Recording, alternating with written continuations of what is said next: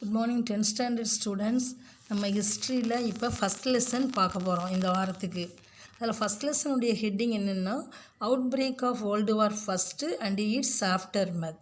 அதாவது முதல் உலக போரினுடைய வெடிப்புகளும் அதன் பின் விளைவுகளும் என்ன அப்படின்றத பற்றி பார்க்க போகிறோம்.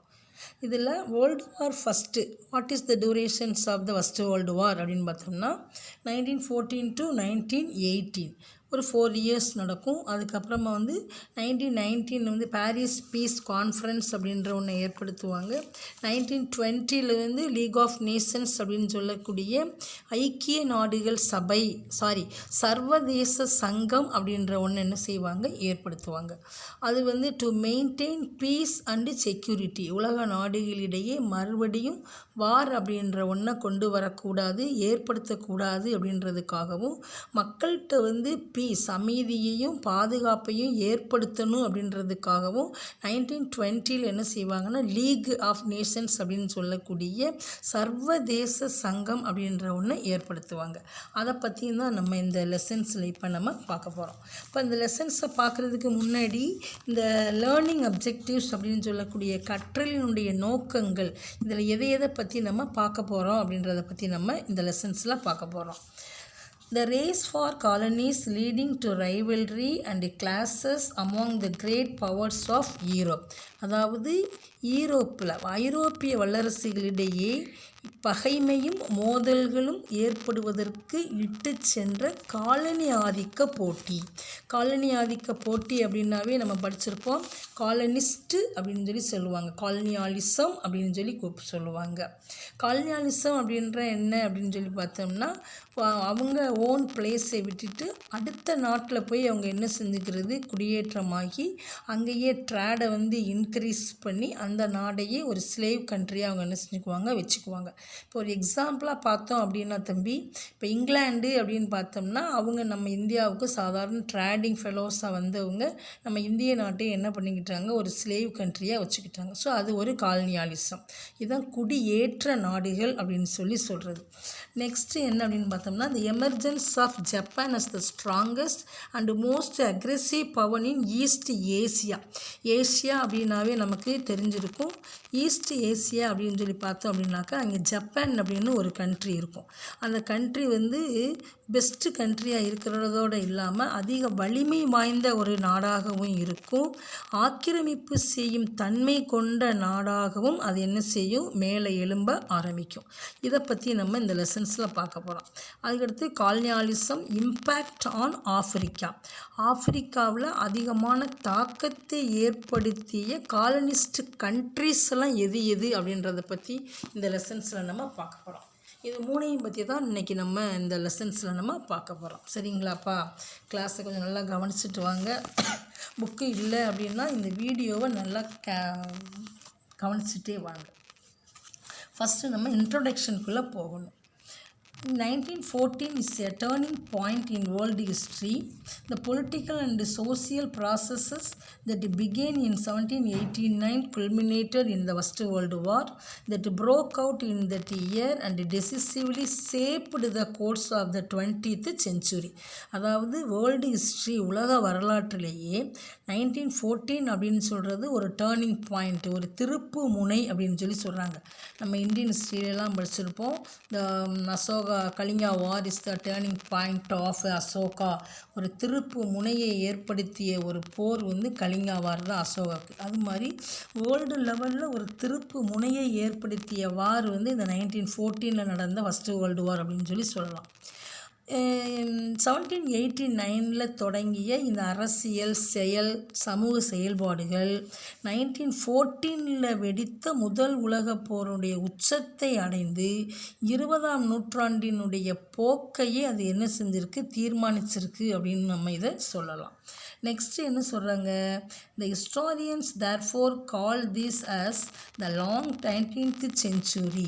இதனால் ஹிஸ்டாரியன்ஸ் என்ன சொல்கிறாங்க, இந்த வார அப்படின்னு பார்த்தோம்னா நீண்ட 19ஆம் நூற்றாண்டு என இந்த போர் என்ன செய்கிறாங்க சொல்கிறாங்க. இதுக்கு என்ன காரணம் அப்படின்னு பார்த்தோம்னா இந்த போர் ஒட்டுமொத்த உலகத்தில் செல்வ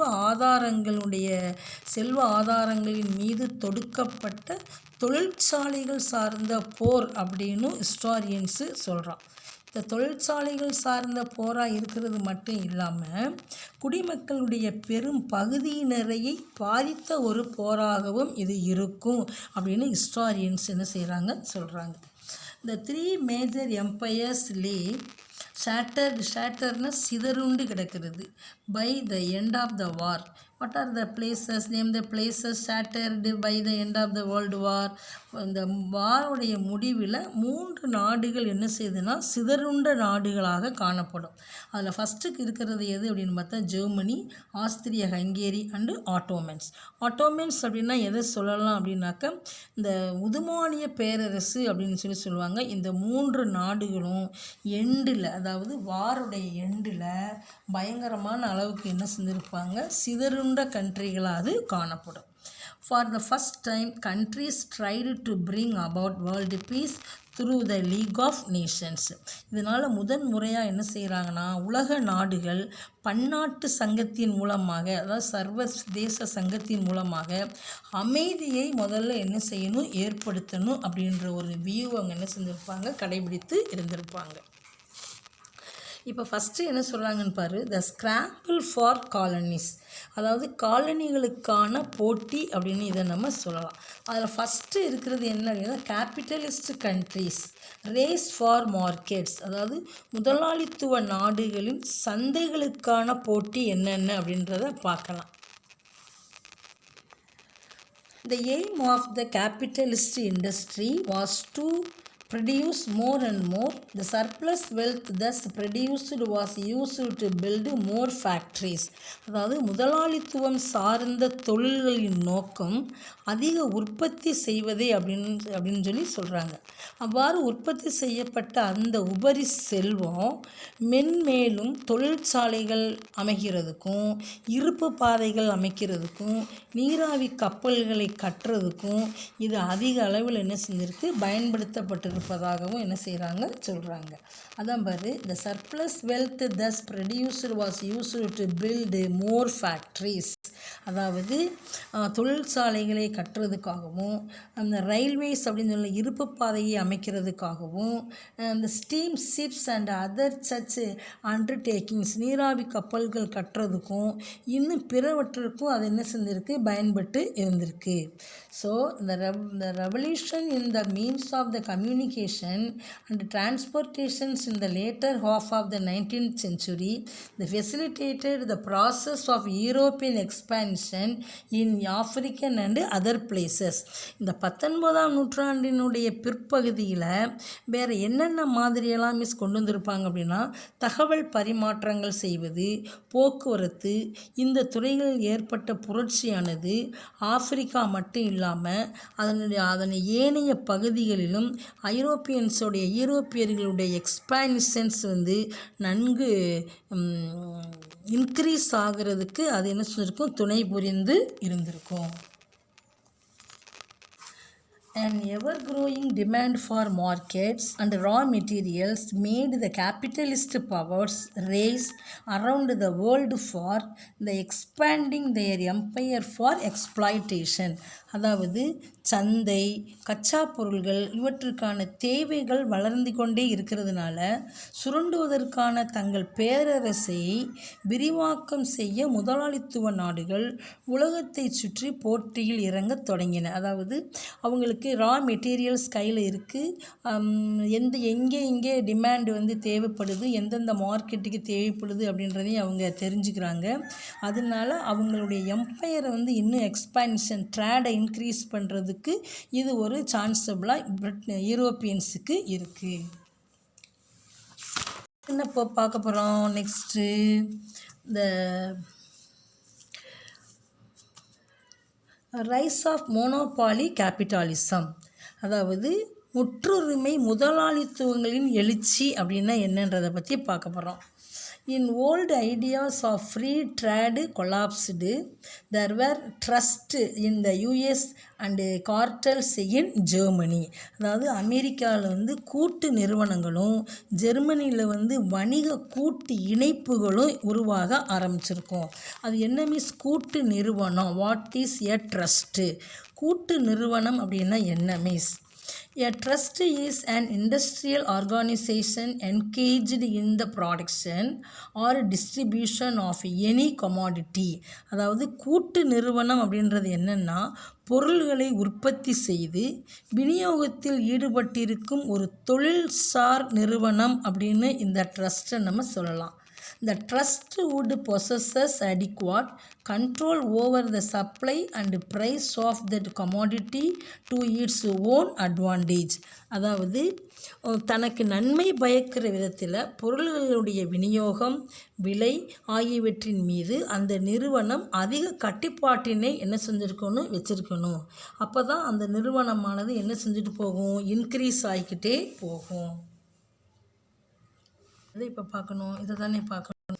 எஸ், நெக்ஸ்ட்டு என்ன பார்க்க போகிறோம் அப்படின்னாக்க the rivalry of great powers, அதாவது வல்லரசுகளின் போட்டி அப்படின்றத பற்றி நம்ம பார்க்க போகிறோம். அதில் ஃபஸ்ட்டு எதை பற்றி பார்க்க போகிறோம் அப்படின்னு பார்த்தோம்னா யூரோப்பு தான். In the 19th century, European powers had colonized many other countries. அதாவது 19th சென்ச்சுரியில் யூரோப்பியர்கள் என்ன பண்ணுறாங்கன்னா பெரிய உலகத்தில் வந்து பெரிய நாடு, சின்ன நாடு இவங்களை வந்து முதல்ல வந்து காலனைசேஷன் ஆக்கி அவங்களுடைய நலனுக்காக என்ன செஞ்சுக்கிடுவாங்க, அங்கே வந்து ஆக்குபேஷன் பண்ணிக்குவாங்க. From 1881 to 1914, after 1870, England, France, Belgium, Italy, Germany joined in the scramble for colonies. அதாவது 1817 1870 ஆண்டிற்கு பிறகு இங்கிலாந்து, ஃப்ரான்ஸு, பெல்ஜியம் இதெல்லாம் வந்து ஒரு யூரோப் கண்ட்ரிஸ் தான். இதெல்லாம் என்ன செஞ்சுக்கிட்டாங்கன்னா காலனி ஆதிக்க போட்டியில் என்ன செஞ்சுக்கிடுவாங்க, தன்னை வந்து ஈடுபடுத்திக்கிடுவாங்க.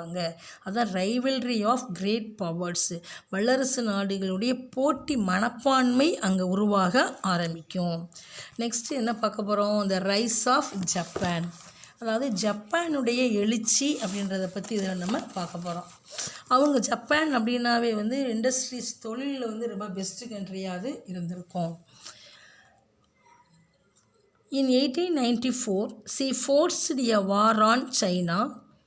The crushing defeat of China by Little Japan in the Sino-Japanese War surprised the world. Despite the warning of the three great powers, Russia, Germany and France, Japan annexed the Liaotung Peninsula with Port Arthur. By this action, Japan proved that it was the strongest nations of East Asia. அதாவது 1894 Japan என்ன பண்ணுதுன்னா China மீது என்ன வலுக்கட்டாயமாக என்ன செய்யும், ஒரு போரை வந்து ஃபார்ம் பண்ணும். இந்த போரைத்தான் நம்ம என்ன சொல்கிறோம், சைனோ ஜாப்பனீஸ் வார் அப்படின்னு சொல்லி சொல்கிறோம். இந்த சைனோ ஜாப்பனீஸ் வாரில் சீனாவை என்ன செய்யும், ஒரு குட்டி நாடாக இருக்கக்கூடிய ஜப்பான் வந்து என்ன செஞ்சிடும், டிஃபீட் பண்ணிடும். இந்த டிஃபீட்டடு பை ஜப்பான் அப்படின்ற ஒன்று உலக நாடுகள் எல்லாத்தையுமே என்ன செய்யும், வியக்க வைக்கிறது மாதிரியான ஒரு தருணத்தை ஜப்பான் வந்து ஏற்படுத்திக்கிறோம். இந்த போரில் ஜப்பான் பெற்ற வெற்றி யூரோப்பியர்களால் என்ன செய்ய மாட்டாது, விரும்பப்பட மாட்டாது.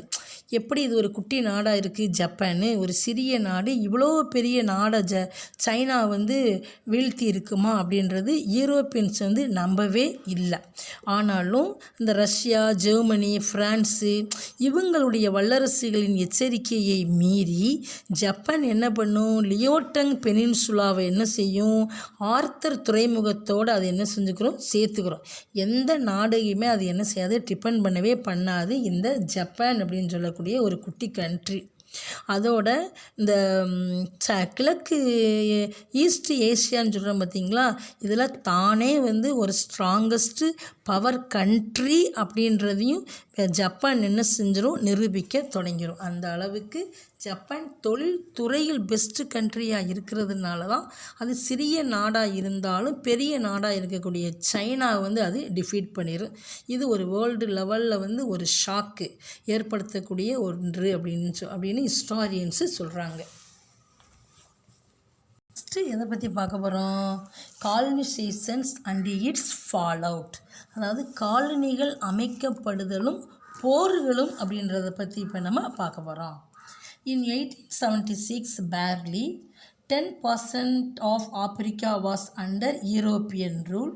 By 1900, practically the whole of Africa was colonized. Britain, France and Belgium had divided the continent between them. அதாவது 1878 ஆப்பிரிக்காவில் 10% பகுதிகள் மட்டுமே ஐரோப்பாவினுடைய ஆட்சியின் கீழே இருந்திருக்கும். இதில் 1900 ஒட்டுமொத்த ஆப்பிரிக்காவும் காலனியாக மாற்றி இருந்திருக்கும். இந்த whole African continent countries were occupied by Europeans in 1900. Japan took over Korea and Taiwan. இதில் என்ன செய்யும், இங்கிலாந்து, ஃப்ரான்ஸு, ரஷ்யா, ஜெர்மனி இவங்க என்ன செய்வாங்கன்னா சைனாவில் தங்களுக்கென ஒரு செல்வாக்குகளை அவங்க என்ன செஞ்சுக்கிடுவாங்க, அங்கே ஏற்படுத்திக்கிடுவாங்க. அப்போ என்ன செய்யும், ஜப்பான் கொரியாவையும் தைவான் அப்படின்ற ஒரு பகுதியையும் அது கேப்சர் பண்ணிக்கிறோம். அப்போ இந்தோ சைனாவில் ஃப்ரான்ஸ் கைப்பற்றிக்கிறோம். ஸ்பெயின்கிட்ட இருந்து பிலிப்பைன்ஸையும் அமெரிக்கா என்ன செஞ்சுக்கிறோம், வாங்கிக்கிறோம். இப்படி இங்கிலாந்தும் ரஷ்யாவும் ஈரானை என்ன செஞ்சுக்குவாங்க, பிரிச்சுக்குவாங்க.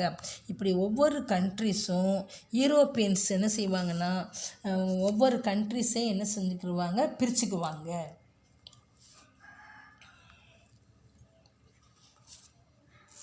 இந்த போருக்கான காரணங்கள் என்னென்ன?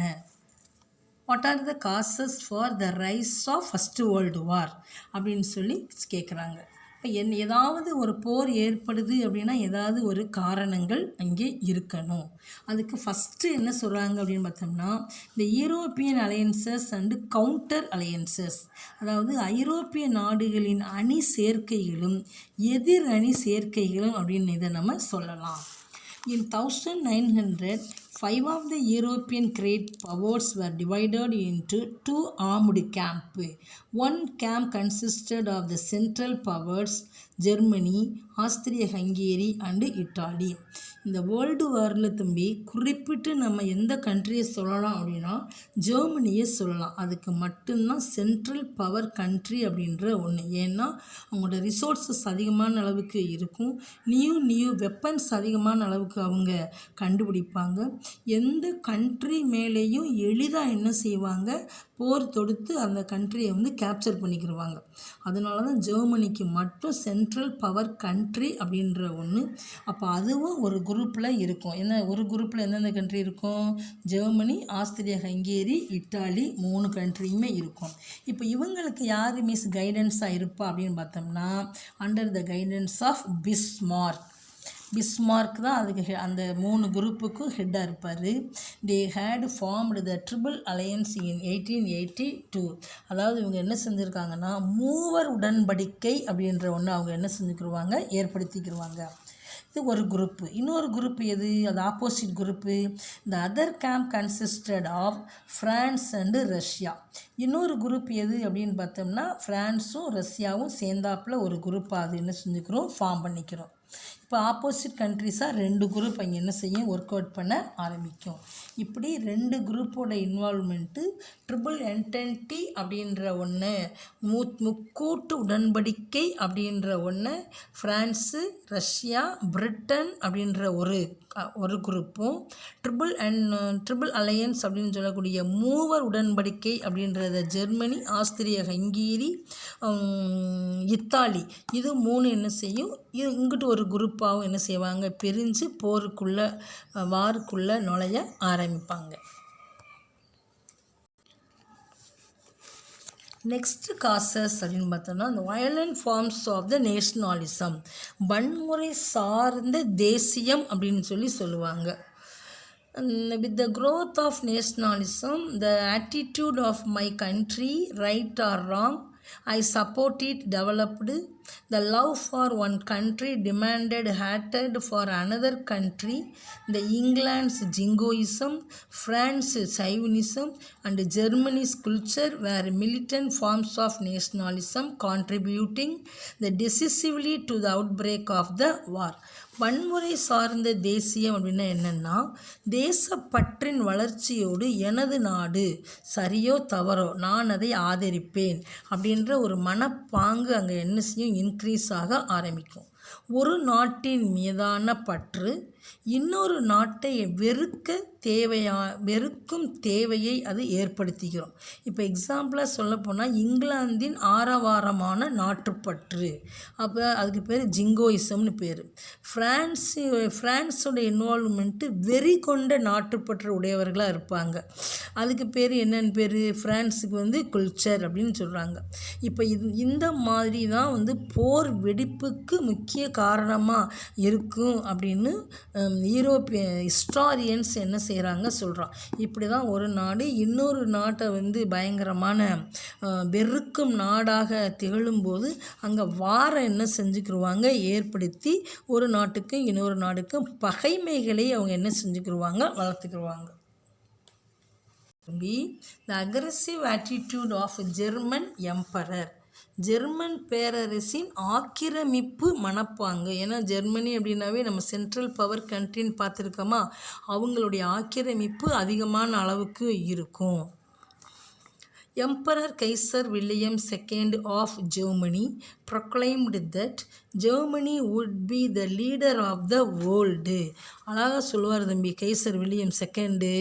ஜெர்மன் பேரரசரான இந்த கைசர் வில்லியம் II இரக்கமற்ற தன் முனைப்பு கொண்டவராகவும் ஆக்கிரமிப்பு மனப்பான்மை கொண்டவராகவும் இவர் இருப்பார். இறக்கமே இருக்காது. ஒரு நாடு அப்படின்னா அதை கேப்சர் பண்ணி அந்த நாடை சப்ரஸ் பண்ணாமல் இவர் விடமாட்டார். அந்த மாதிரி ஒருத்தர் தான் இந்த கைசர் வில்லியம் II. அவர் வருவார் பார்த்துக்க இந்த ஜெர்மனியுடைய லீடரா. The German Navy was expanded. அப்போ என்ன செஞ்சுருப்பாங்க, அந்த ஜெர்மன் நேவி அவர் என்ன செஞ்சுருப்பார், இன்னும் இன்க்ரீஸ் பண்ண ஆரம்பிச்சிருப்பார். The sea being considered a preserve of England ever since Napoleon defeat at Trafalgar, the Germany's aggressive diplomacy and rapid building of a naval bases convinced Britain that a German navy could be directed only against her. அதாவது ஜெர்மானிய உலகத்தின் தலைவர் அப்படின்னு இந்த Kaiser William II நம்ம சொல்லலாம். அவர் என்ன பண்ணுறாருன்னா ஜெர்மனியுடைய கப்பற்படையை அவர் என்ன செய்வார், விரிவுபடுத்த ஆரம்பிப்பார். ஸோ 1805 ட்ரபால்கர் அப்படின்ற போரில் நடந்ததில் நெப்போலியனை அவர் என்ன செய்வார், தோற்கடிக்க செஞ்சிருவார். அந்த தோல்வியை தொடர்ந்து கடல் பகுதி இங்கிலாந்தின் தனி உரிமை என கருதப்பட்டு வரும். ஏன்னா இங்கிலாந்து மட்டும்தான் அந்த கடல் வழியாக போகணும் வரணும் அப்படின்ற ஒரு சிஸ்டம். அந்த நிலையில் இந்த ஜெர்மனியுடைய ஆக்கிரமிப்பு என்னாகும், கொஞ்சம் கொஞ்சமாக வேகத்தையும் விவேகத்தையும் ஏற்படுத்தக்கூடிய ஒரு கப்பற்படையை இவர் என்ன செய்வார், ஏற்படுத்துவார் இந்த கைசர் வில்லியம் II. அதுக்கு என்ன காரணம் அப்படின்னு பார்த்தோம்னா இவர் உலக நாடுகளிடையே அதிகமான அளவுக்கு ட்ரேடை இன்க்ரீஸ் பண்ணணும் அப்படின்ற ஒரு எய்ம்லேயே இவர் இருந்திருப்பார். அதனால தான் அந்த ஜெர்மானிய கப்பற்படை அப்படின்ற ஒன்று தனக்கு சாதகமான லெவலில் இவர் என்ன செய்வார், ஃபார்ம் பண்ண ஆரம்பிப்பார். அந்த கப்பற்படை விரிவாக்க போட்டியில் இறங்குறதுனால தான் 2 நாடுகளுக்கு இடையே அதிகமான அளவுக்கு பதற்றம் உருவாக ஆரம்பிக்கும், இங்கிலாந்துக்கும் ஜெர்மனிக்கும். France towards Germany. ஃப்ரான்ஸு ஜெர்மனியோடு கொண்ட பகைமை என்னென்ன அப்படின்றத பற்றி நம்ம பார்க்க போகிறோம். France and Germany were old rivals. ஃப்ரான்ஸும் ஜெர்மனியும் பார்த்தோம்னா பழைய ஓல்டு எனிமீஸ் அப்படின்னாக்க ஃப்ரான்ஸுக்கு எந்தெந்த பிளேசஸ் எல்லாம் சொந்தமான பகுதிகளாக இருக்கோ, இந்த அல்சேஸு லொரைனு இந்த பிளேசஸை இந்த ஜெர்மனி கேப்சர் பண்ணிட்டு விட்டுரும். ஏன்னா அதிகமான லாபம் ரிசோர்ஸஸ் அப்படின்றது அந்த அல்சேஸ் லொரைன் அப்படின்ற 2 பகுதியில் தான் கிடைக்கும்.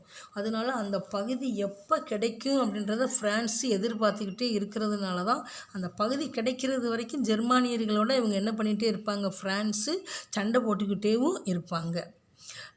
Bitter memories of the defeat of 1871 and the loss of Alsace and Lorraine to Germany rankled in the minds of the French. அதாவது 1871 ஜெர்மானியால் தோற்கடிக்கப்பட்ட அல்சேஸ் லொரைன் பகுதிகளை பிரான்ஸு ஜெர்மனியிடம் இழக்க நேரிட்டது. 1871 நடந்த வாரில் 2 பகுதிகளை ஃப்ரான்ஸ் இழந்துரும். யாருக்கிட்ட இழந்துரும்னா ஜெர்மனிக்கிட்ட இழந்துரும்.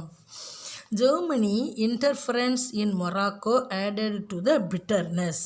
இது குறித்து ஒரு கசப்பான நினைவுகளை பிரெஞ்சு மக்கள் என்ன செய்வாங்க, ஜெர்மனி மேலே என்ன செஞ்சுக்கிட்டே இருப்பாங்க, காட்டிக்கிட்டேவும் இருப்பாங்க. The British agreement with France over Morocco was not consented by Germany, so Kaiser William II intentionally recognized the independence of the Sultan and demanded an international conference to decide on the future of Morocco. Morocco அப்படின்றது எங்கே இருக்குன்னு தம்பி, ஆப்பிரிக்காவுடைய north வெஸ்ட்டில் இருக்கிறதா மொராக்கோன்ற ஒரு குட்டி place. அந்த குட்டி பிளேஸை ஜெர்மனி என்ன செஞ்சு, இங்கிலாண்டுடைய இன்வால்வ்மெண்ட்டு அங்கே இருந்துக்கிட்டே இருக்கும். அதை போய் என்ன செய்வார்னா, இந்த ஜெர்மனியை ஆக்குபை பண்ணிக்கிட்டு இருக்க கைசர் வில்லியம் II அந்த மொராக்கோவை கேப்சர் பண்ணணும், இங்கிலாந்து நாட்டுக்காரங்களை ரெவெஞ்ச் பழி வாங்கணும் அப்படின்றதுக்காக 2 படைகளை அனுப்பி வைப்பார். பெர்லின், பேந்தர் அப்படின்ற 2 படைகளை அந்த மொராக்கோவுக்கு அனுப்பி இங்கிலாண்டை தோல்வியுறை செய்யணுன்ற எய்ம்லேயே இருப்பார்.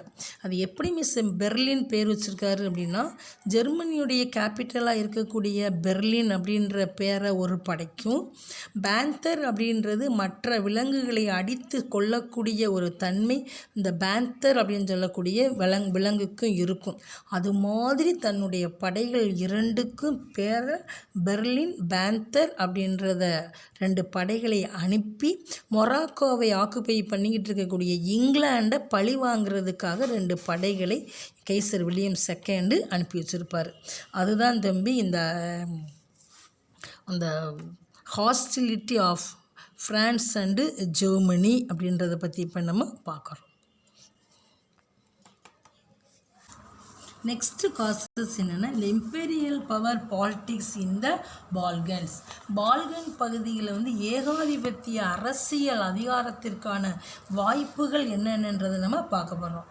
The Young Turk Revolution of 1908, an attempt at creating a strong and modern government in Turkey, provided both Austria and Russia with the opportunity to resume their activities in the Balkans. அதாவது 1908 துருக்கியில் ஒரு வலுவான நவீன அரசை உருவாக்கும் முயற்சியாக இளம் துருக்கியர் புரட்சி அப்படின்ற ஒன்று அங்கே நடைபெறும்.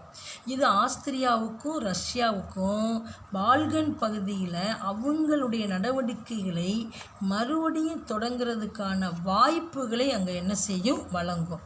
ஸோ அந்த enmity between Austria and Serbia led to the outbreak of the war in 1914.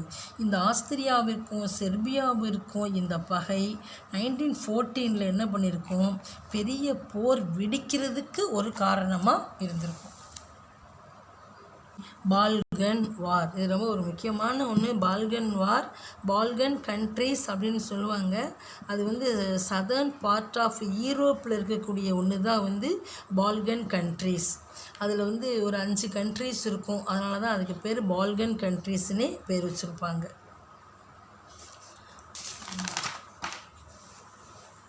S, war. Turkey was a powerful country in the southwest of Europe in the first half of the 18th century. 18th centuryயில் தம்பி டர்க்கியோட influence எக்கச்சக்கமான அளவுக்கு இருக்கும். அப்போது Turkey, Bulgaria, Albania, மாண்டெனிக்ரோ இந்த மாதிரி கண்ட்ரீஸ்லாம் என்ன செய்யும்னா 5 நாடுகளும் ஒன்று சேர்ந்து வாருக்குள்ளே இறங்குவாங்க. அப்போது இது வின் பண்ணதுக்கு பிறகு இந்த 5 கண்ட்ரி என்ன பண்ணுவாங்கன்னா டர்க்கிக்கு தேவையான அந்த அது என்னது அந்த பாதி பங்கை என்ன செய்ய மாட்டாங்க, கொடுக்க மாட்டாங்க. அதனால் டர்க்கி என்ன பண்ணிடும், ஜெர்மனியை தேடி போயிடும். நெக்ஸ்ட்டு ட்ரிப் என்ன செய்வாங்கன்னா பல்கேரியாவுக்கு தேவையான அந்த அமௌண்ட்டை கொடுக்க மாட்டாங்க. அதனால் பல்கேரியாவும் என்ன செய்யணும், ஒரு டிஃபீட்டட் கண்ட்ரியாக நினச்சி அவங்க ஜெர்மனிகிட்ட போயிடும். இப்போ டிஃபீட்டட் கண்ட்ரி அப்படின்னா நம்ம 2 கண்ட்ரியும் சொல்லலாம். ஒன்று துருக்கி, இன்னொன்று வந்து பல்கேரியா. இந்த 2 கண்ட்ரியுமே எதில் இருக்கக்கூடிய கண்ட்ரிஸ் அப்படின்னு பார்த்தோம்னா பால்கன் வாருக்குள்ளே இருக்கக்கூடிய கண்ட்ரிஸ். அதை பற்றி தான் இப்போ நம்ம பார்க்க போகிறோம். Turkey was a powerful country in the southwest of Europe in the first half of the 18th century. The Ottoman Empire extended over the Balkans and across Hungary to Poland. The empire contained many non-Turkish people in the Balkans. அதாவது அந்த பால்கனில் துருக்கியர்கள் அல்லாதவர்கள் அதிகமான பேருக்கு அங்கே இருப்பாங்க. Both Turks and their subjects of the different nationalists in the Balkans indulged in the most frightful massacres and atrocities. There were rivalries among Greece, Serbia, Bulgaria and later Montenegro for the control of it. In March 1912 they formed the Balkan League. இந்த 5 கண்ட்ரிகளும் சேர்ந்துக்கிட்டு first என்ன செய்வாங்க, வாருக்குள்ளே involve ஆக ஆரம்பிப்பாங்க. அதனால தான் அதுக்கு first Balkan வார் அப்படின்ற ஒன்று. நெக்ஸ்ட்டு என்ன செய்வாங்க, league attacked the defeated Turkish forces in the first Balkan war. According to the treaty of London signed in May 1913, the new state of Albania was created and other Balkan states divided up Macedonia between them. Turkey was reduced to the area around Constantinople. First Balkan War ended with the Treaty of London in 1913. Next என்ன செய்யும், Second Balkan War ended with the signing of the Treaty of Bucharest in August 1913. அப்புறம் second Balkan வார் அப்படின்றது ஒரு ட்ரீட்டியில் முடிஞ்சிருக்கும். First Balkan War ended with the Treaty of London. The second Balkan War ended with the Treaty of Bucharest. Bucharest அப்படின்ற ஒரு இடத்துல treaty form பண்ணுவாங்க. அதுக்கான தான் அதுக்கு பேர் ட்ரீட்டி ஆஃப் புகாரெஸ்ட். அது எங்கே இருக்குது புகாரெஸ்ட் அப்படின்னு பார்த்தோம்னா பல்கேரியாவில் இருக்கக்கூடிய ஒரு பிளேஸ் அப்படின்னு சொல்லி இதை நம்ம சொல்லலாம். Immediate cause. ஒரு வார் ஏற்படுதுன்னா தம்பி நிறைய காரணங்கள், நிறைய காசஸ் இருக்கலாம். ஆனால் இம்மீடியட் காஸ் அப்படின்றது ரொம்ப ரொம்ப முக்கியமான ஒன்று. அதுக்கு பேர் தான் உடனடி காரணம் அப்படின்னு சொல்லி சொல்கிறாங்க. இந்த 1914 வந்து இந்த வேர்ல்டு வார் ஸ்டார்ட் ஆகிறதுக்கே காரணம் என்னென்னா, the Austrian crown prince and princess were assassinated by Serbian lad. அதாவது செர்பியா நாட்டை சேர்ந்த ஒரு யங் பாய் என்ன செஞ்சுருப்பார், அவங்க 2 பேர்த்தையும் கொன்னுடுவார். அதுதான் அசாசினேட்டர்னு கொள்வது. இதை ஆஸ்திரியா வந்து கேட்கும். அதுக்கு செர்பியா வந்து சரியான பதில் சொல்லியிருக்க மாட்டாங்க. அதனால ஆஸ்திரியாவுக்கு சப்போர்ட்டாக வந்து ஜெர்மனி வர ஆரம்பிக்கும். இப்போ ஜெர்மனியோட இன்ஃப்ளூயன்ஸு வேர்ல்டு வாருக்குள்ளே வர ஆரம்பிச்சிருச்சு. அதனால் இங்கிலாந்து என்ன பண்ணணும்னா செர்பியாவுக்கு சப்போர்ட்டராக இங்கிலாந்து இங்கே வரும். அப்போ ஆஸ்திரியா ஹங்கேரிக்கு சப்போர்ட்டாக ஜெர்மனியும், இந்த செர்பியாவுக்கு சப்போர்ட்டாக வந்து இங்கிலாண்டும் அங்கே வர ஆரம்பிக்கும். இதுக்கு என்ன பிரச்சனை அப்படின்னு பார்த்தோம்னா, மொராக்காவில் நடந்த ஒரு ரீசனை ஃபேவரபிளாக வச்சுக்கிட்டு 2 கண்ட்ரியுமே வாருக்குள்ளே நுழைய ஆரம்பிக்கும். இதுதான் வேர்ல்டு வார் ஸ்டார்ட் ஆகிறதுக்கு ஒரு முக்கியமான காரணம் அப்படின்னு சொல்லி நம்ம இதை சொல்லலாம். இதனால தான் வேர்ல்டு வார் ஃபஸ்ட்டு 1914 ஸ்டார்ட் ஆக ஆரம்பிச்சிருக்கோம். சரிங்களா தம்பி? இப்போ நம்ம காசஸ் வரைக்கும் நம்ம பார்த்துருக்கோம். இந்த நிறைய காசஸ் வந்து இந்த வேர்ல்டு வாருக்கு காரணமாக இருந்திருக்கும் அப்படின்றத பற்றி நம்ம பார்த்துருக்கோம். இதோட வந்து நான் கொஸ்டின்ஸ் ஒரு 5-6 கொஸ்டின்ஸு எழுதி டைப் பண்ணி அனுப்பி விட்றேன். அதுக்கு கரெக்டாக ஆன்சர் எழுதி கொஞ்சம் சீக்கிரமே எழுதி எங்களுக்கு அனுப்ப பாருங்கள். சரிங்களாப்பா? இதோட ஒரு மேப்பு ஒன்று போட்டு விட்றேன். அந்த மேப்பை மட்டும் கொஞ்சம் பாருங்கள். சரியா? Yes, okay, thank you.